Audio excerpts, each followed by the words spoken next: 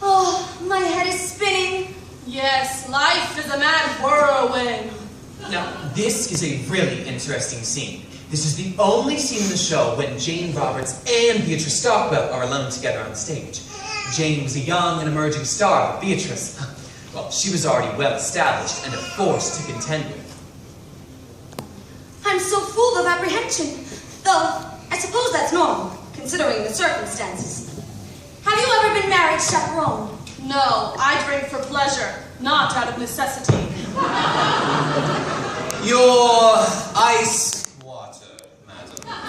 I'm afraid we're fresh out of olives. Have you ever been married, underling? Heavens no, madam. If I'm going to serve a woman, I prefer to be paid for my efforts. Oh, you two. I know it seems crazy to give up a successful career to marry a man I hardly know. But somehow, for some reason, when I look into his eyes, his big, monkey eyes, gee, I get all woozy. And that's love, isn't it? Not necessarily.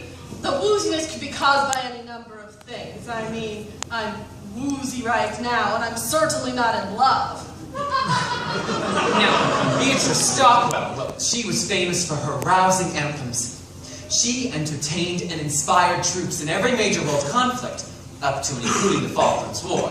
But by that time, she was in her late 80s, and her anthems didn't much rouse as stupefy. Still, she demanded that a rousing anthem be in every show she ever did, even if it wasn't appropriate. You just couldn't say no to her. Now that's star power. Really, you're not being the least bit helpful. Couldn't you at least allay my fears with a few choice words of inspiration? Inspiration? Really, dear, that's not my forte. Yes, but if you... As we stumble along on life's funny journey, as we stumble along into the we look here and we look there, seeking answers anywhere, never sure of where to turn or what to do. Still we bumble our way through life's crazy round. Barely knowing right from right, nor right from wrong. And the best that we can do is hope for you. We'll sing a song as we stumble along. That was quite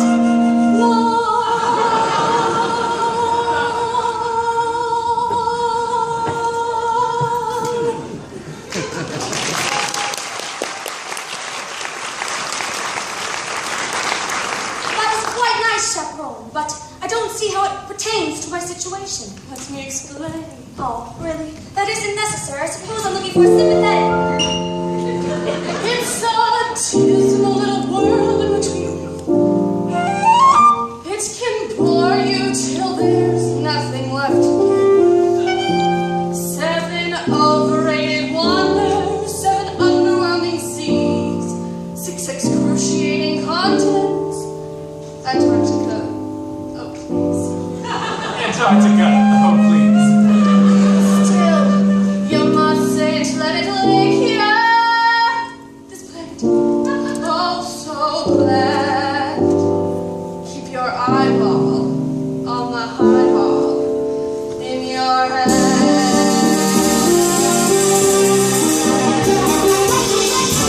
As we stumble along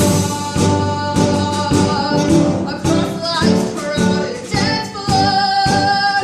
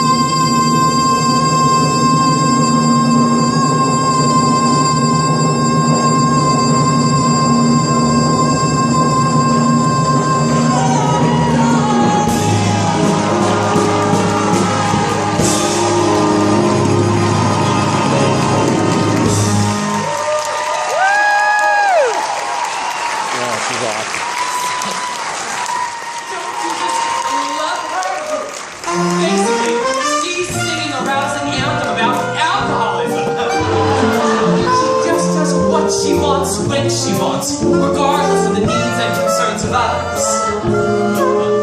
My mother was like that.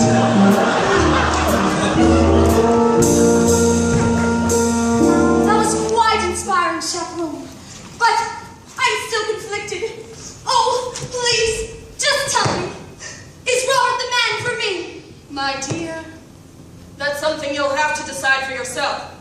But I'm just not sure if he loves me. Why don't you ask him? Why don't you say, Roger, do you love me? It's Robert. And I'm not allowed to see him. In fact, it's your job to keep me away from him. You're right.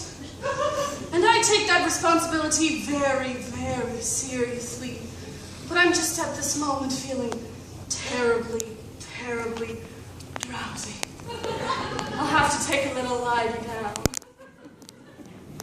Now, whatever you do, don't go wandering through the garden seeking out your fiancé to ask him the question upon which your future happiness depends.